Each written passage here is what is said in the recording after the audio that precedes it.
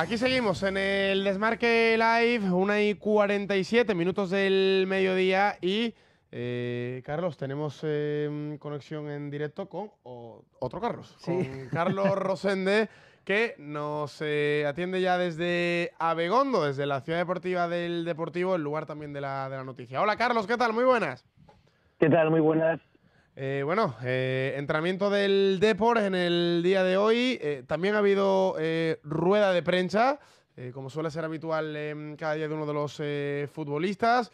Y sobre todo de cara al partido contra el Sporting. Bueno, primero si quieres hablamos un poco del inicio liguero del Deportivo. Y luego entramos en el tema entradas, para los aficionados del Sporting y toda esa situación también un poco generada por las obras de Riazor. Sí, así es. En cuanto al arranque liguero, yo creo que lo más importante es que el Deportivo no ha caído ninguno de sus 3 compromisos que ha jugado fuera de casa, a domicilio, por las obras en Riazor. Es cierto que los 5 puntos saben a poco porque el Depor ha logrado adelantarse en los 3 encuentros de Liga disputados hasta la fecha, y lo que se le echa en cara un poquito al equipo es esa dificultad para saber administrar las victorias momentáneas dentro de los partidos, ¿no? El Depor tiene condiciones, tiene calidad, tiene una plantilla amplia, se ha enfrentado a rivales de todo tipo, a un recién ascendido como el Extremadura, un equipo que debe estar en la zona media como el Albacete, a un Tenerife que veremos al final dónde se acaba encuadrando, pero ya digo, parece que se ha quedado un poquito a medias el Depor porque ha tenido la opción de llegar a esta 4ª jornada, de jugar en Riazor en su estreno esta temporada en casa, con más puntos que esos 5 conseguidos hasta el momento. Bueno, esa es la situación.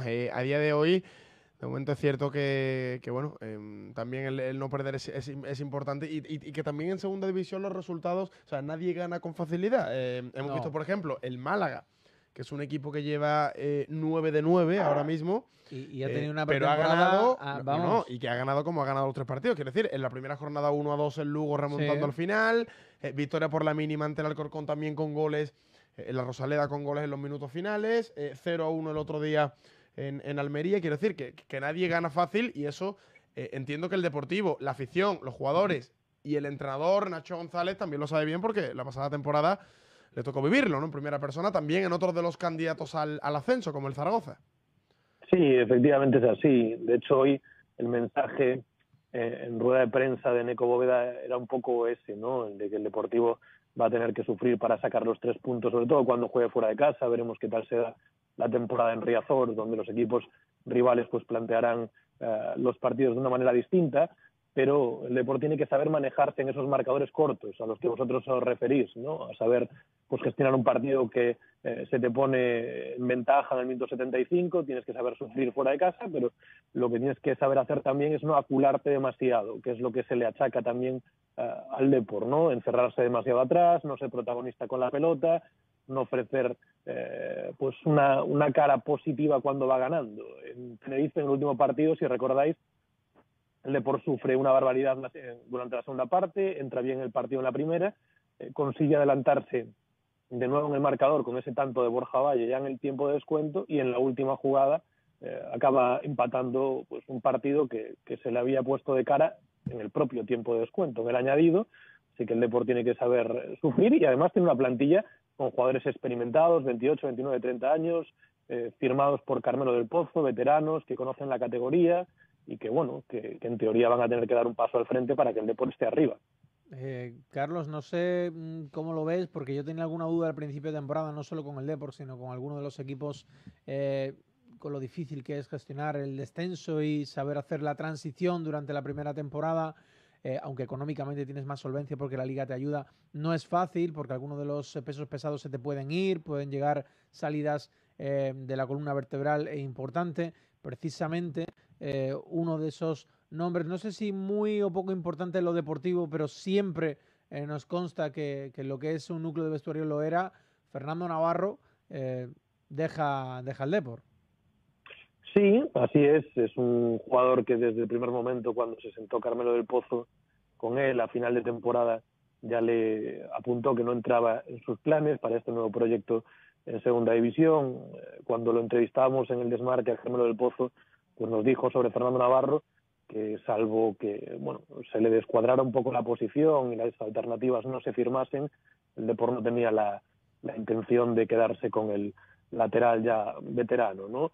Es cierto que es un futbolista que ha estado los 3 últimos años en Coruña, que su rendimiento ha ido de más a menos. Sí. En los últimos tiempos pues ha sido un jugador que venía a suplir a Luisinho cuando el portugués no estaba del todo fino, o cuando se quería buscar un planteamiento un poco más defensivo, porque Luisinho es un jugador con más recursos en ataque, y en esa parcela, en esa posición, en el lateral izquierdo, el Depor ha hecho muchos cambios, ¿no? Ha llegado Dubarbier, que todavía no se ha estrenado, Diego Caballo, lateral salmantino del Fabril, ahora mismo es el que lleva la voz cantante, titular en los 3 partidos, ofreciendo buen rendimiento, y Saúl, que la temporada pasada recordaréis que estuvo en el Numancia, pues regresó de cesión y en principio se va a quedar aquí. Va a haber 3 laterales izquierdos para esa parcela y siempre pensando en lo que les pide Nacho González a sus jugadores, no mucha presencia en ataque, mucho ida y vuelta. Quizá para ese rol Fernando Navarro a estas alturas de su carrera no estaba, y finalmente pues un jugador que tiene tanta experiencia y que ha estado en equipos muy importantes y que sobre todo en Sevilla pues lo recordaréis muy bien por todo lo que ha conseguido, por esos trofeos, por esa importancia dentro del vestuario, un capitán, un jugador pues bueno, destacado, ¿no? Dentro del contexto del fútbol español, dice adiós, y hay que felicitarle por su trayectoria y por su carrera, por supuesto. La verdad es que sí, ha sido la noticia también un poco del día, ¿no? Esa retirada, ese anuncio de la retirada de Fernando Navarro, que tenemos imágenes de Fernando, de la carta que ha publicado Fernando Navarro a través de las redes sociales, pues bueno, agradeciendo un poco a todos los equipos, ¿no? Al Fútbol Club Barcelona, salió de la cantera del Barça, canterano del Barça. Al Albacete, tuvo un paso fugaz por allí, también en el Mallorca, que le dio la oportunidad también. Ahí es donde se pone en el mapa, ¿no? De estar en la élite, efectivamente, en la élite del fútbol español. La carrera de Fernando Navarro. Y luego, sobre todo, la etapa en el Sevilla, ¿no? Que es la que le permite ganar ahí es lo que decía Rosende, levantarlo cuando se convierte en un jugador importante para un equipo y que además, lo que yo le preguntaba sobre jugador de vestuario es donde alcanza esa nobleza, ¿no? Y por eso a mí, no digo que me sorprenda que abandone a esta edad la disciplina del Depor, pero que a lo mejor a un equipo como el Depor le vendría bien la mano de vestuario. Otra cosa es que ya la tenga o no se la haya ganado en A Coruña, que no lo sé. Y habla de Riazor y concretamente de A Coruña como un lugar con gente maravillosa, y que en Riazor debutó como profesional y allí es donde se va, donde se ha retirado, ¿no?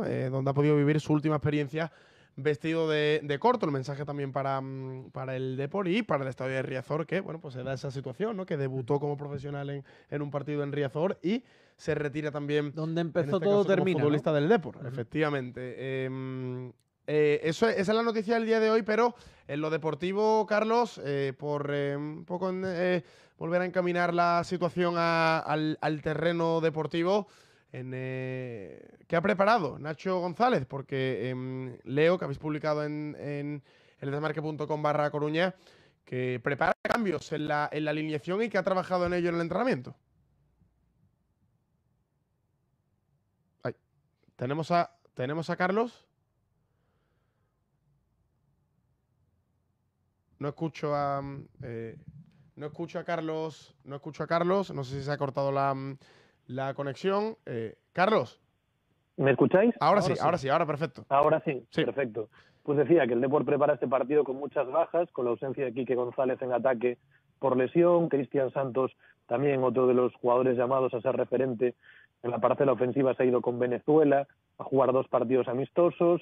Carles Gil está tocado, Fede Cartavia veremos si consigue reaparecer o no, porque desde el primer día, desde el estreno en Albacete, arrastra un esguince de tobillo. Hay bastantes ausencias. Es cierto que regresa Crondelli, centrocampista danés, después de perderse 2 encuentros por sanción, y se prevén varias novedades. Lo natural sería que Dani Jiménez siguiese como titular bajo palos, David Simón banda derecha, Diego Caballo banda izquierda. Podría entrar Pablo Marí en su estreno como titular en detrimento de Neco Bóveda, con Domingos Duarte en el eje de la defensa, y en el centro del campo hay 4 nombres para 3 plazas: Didier Moreno, Vicente Gómez, Pedro Mosquera y Alex Bergantiños.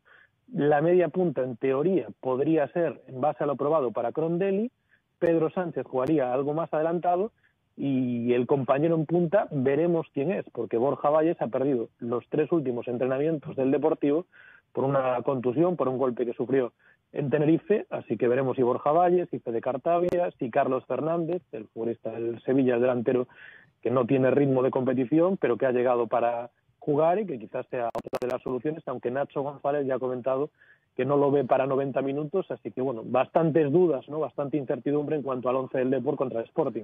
Oye, ¿qué ha pasado con las entradas para terminar? Que es el tema un poco de que también ha generado mucho revuelo, ¿no? Sobre todo entre la afición del Sporting, pero es que, en fin, cuéntanos un poco la situación desde la perspectiva del Depor. Entiendo también, en cierto modo, la frustración del aficionado del Sporting, que ve en el viaje a Coruña y concretamente a Riazor accesible viaje, el desplazamiento masivo de la temporada, ¿no? Y la oportunidad de seguir a su equipo, pero es que la situación es la que es.